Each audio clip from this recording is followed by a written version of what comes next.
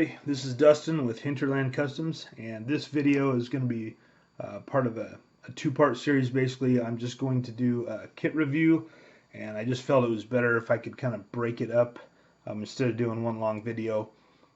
Help me keep focused a little better, and help the viewers. They can just discern what they want to watch, what they don't want to watch. So this first video, we're going to cover box art, the different versions you can build with this kit, the instructions, and the paint guide. So, and then the second video I'll cover the parts, all the parts in the tree, and the photo etch and that stuff of that nature.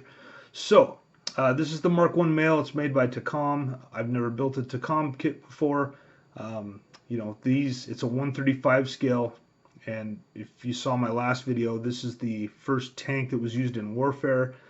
You can build this tank in two different ways. So you see on the main cover art here, you've got, these are called sponson cranes. Sponson cranes, because this is your sponson, it's on the side.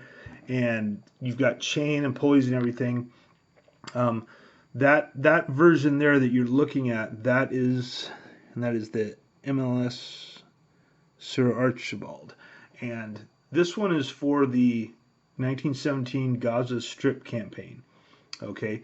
The other version you have down here in the lower left is for the Somme Battle, which I talked about in an earlier video, where they were first used in World War I in the Somme campaign when they went to Flours Courcelette. And that one, as you can see, doesn't have the sponson cranes, has iron steerage wheels on the back of it. I can show you there a little better. And it has the camouflage pattern. So with the whole point of the sponson cranes, they could remove this entire piece and put a different piece in. That's the difference between the male and female tank. The male tanks have the naval guns here, as you can see, one on each side, and they've got a smaller machine gun out here, and there's a machine gun here. On the female tanks, from everything I've seen, they don't have the big naval guns on the side. They just had two machine guns on each side of on the sponsons. The steerage wheels, just to get a little more context here, these were used primarily in the beginning, but they abandoned them pretty quickly because they weren't working that well. But one of those reasons why is because of the mud.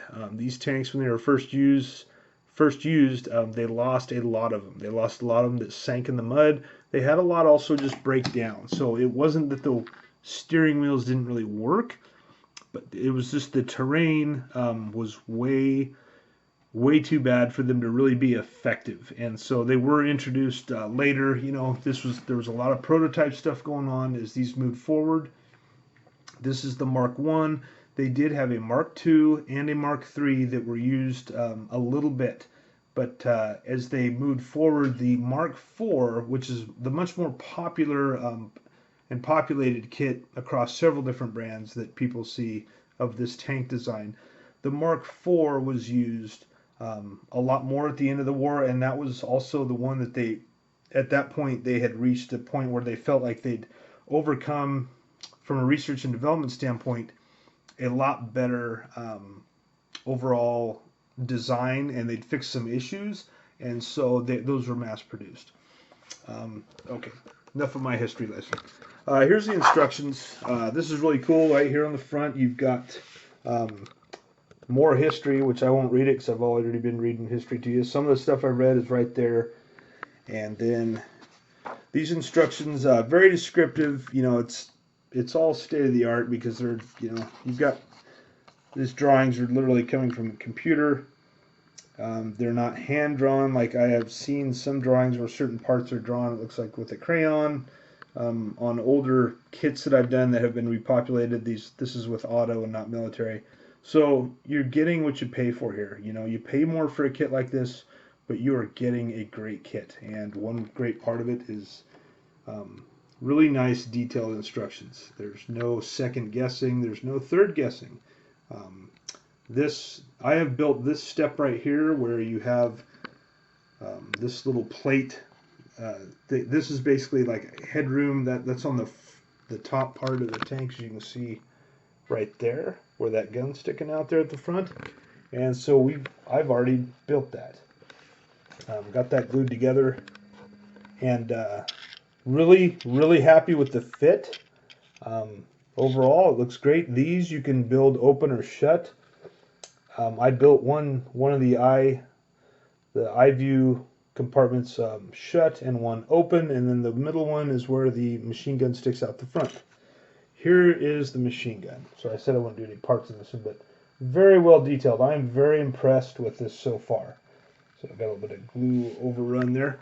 We'll fix that. But anyway, with the instructions, it says right here, right at the beginning, 32 to 44, that's the Gaza strip version. 45 through 49 is standard version with the steering tail. And I'm going to be doing the steering tail. So just show you, I'm just going to give a little overview. Again, very good detail here. I don't see any issues. You know, lots of just really good illustration. Really good illustration, very descriptive. You can see how, I mean, take a look at this. If it'll focus for me here. And maybe it won't. There you go. I think you guys get the idea. So there are 17 sprues in this in all, guys. Lots of parts, but really, you know, you've got the main tank, and then from there, it's just building it how you want, whether you want it with the steerage wheels or the sponson crane. Oh, and I forgot. If you build it with the sponson crane pulleys on the side, you can also build it with the trailer, and that's an illustration of the trailer with one of the sponsons. You can see the gun sticking out of it there. So that's another cool part. And then we'll go to the paint guide. Try and get this real quick. Let's see, let's try this. So here's the paint guide. You can see the trailer there. And then here you've got your two versions again. They're showing the paints they're using for this is Ammo by Mig Jimenez. And that is the one for the Gaza Strip. And then this one, that's the one I'm going to build with the first camo pattern and the steerage wheels.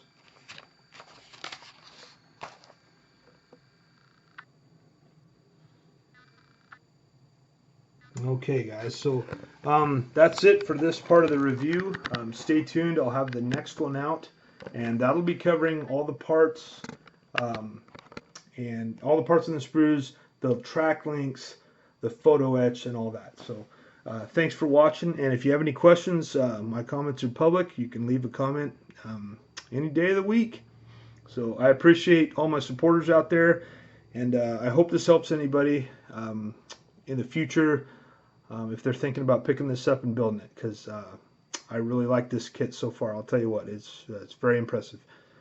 Thanks for watching, and stay tuned for the next one. Hinterland Customs signing out.